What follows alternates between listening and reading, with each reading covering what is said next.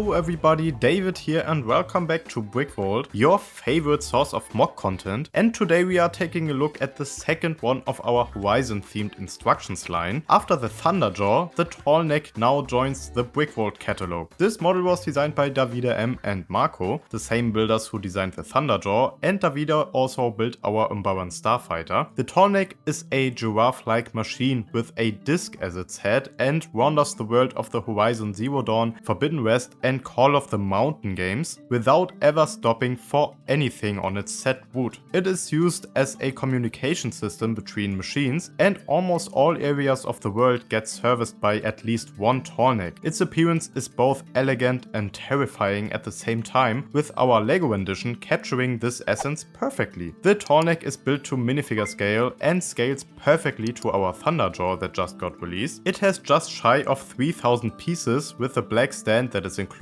and surprisingly it costs only around $180 to build. In comparison, the most recent LEGO Tallneck set has less than half the piece count of the custom one at $100. That's circa 8 cents per piece compared to circa 6 cents per piece for the custom version. That's ridiculously cheap for a custom build, and especially one with this absurdly high level of detail and displayability. Of course you still have to pay for the shipping and for the instructions, but a mock being cheaper to get than an official LEGO set is unprecedented in the custom build world. And if you don't believe me, check for yourself. You can find the parts list for free on BrickVault.toys and build this model yourself with our high quality building instructions. Davide and Marco really excel when creating these instructions. They are basically as easy to follow as official LEGO instructions, and you can see our models are extremely high quality, and compared to other instruction sellers, we test build each model ourselves. That's www.brickvault.toys, or click the first link in the video description and support us and the amazing designers we work with, like Davide and Marco. Now back to the Tallneck. It is 56 centimeters tall. In comparison, the LEGO set is only 34 centimeters tall, but to get you a better idea of the size, here is a human-sized LEGO cup next to it. As you can see, the Tallneck gets displayed on a simple black stand, which makes it look extra premium in my opinion. From afar,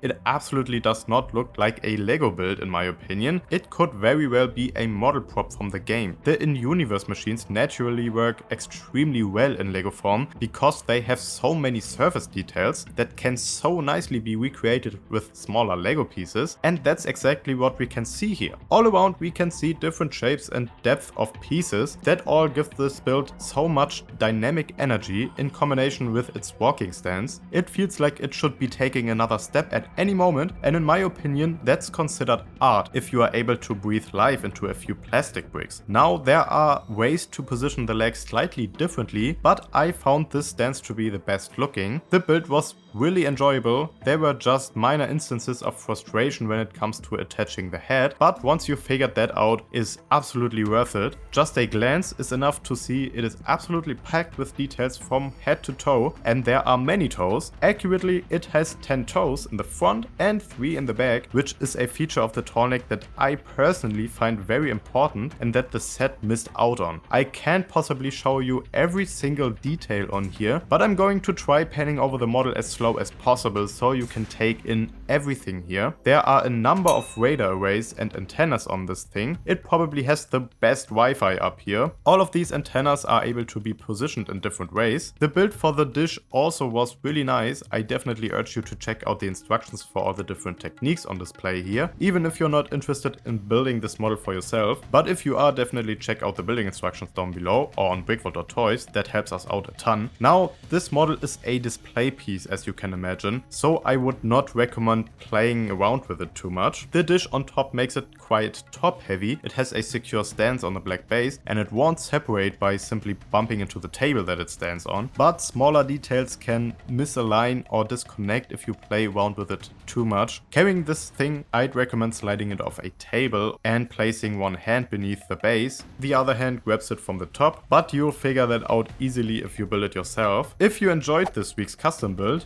please like and share and subscribe if you haven't already, and let me know in the comments section what other machines from the Horizon games our designers should tackle next. I'm looking forward to next week's mock video. You don't want to miss that, so hopefully we'll see you next time at BrickVault.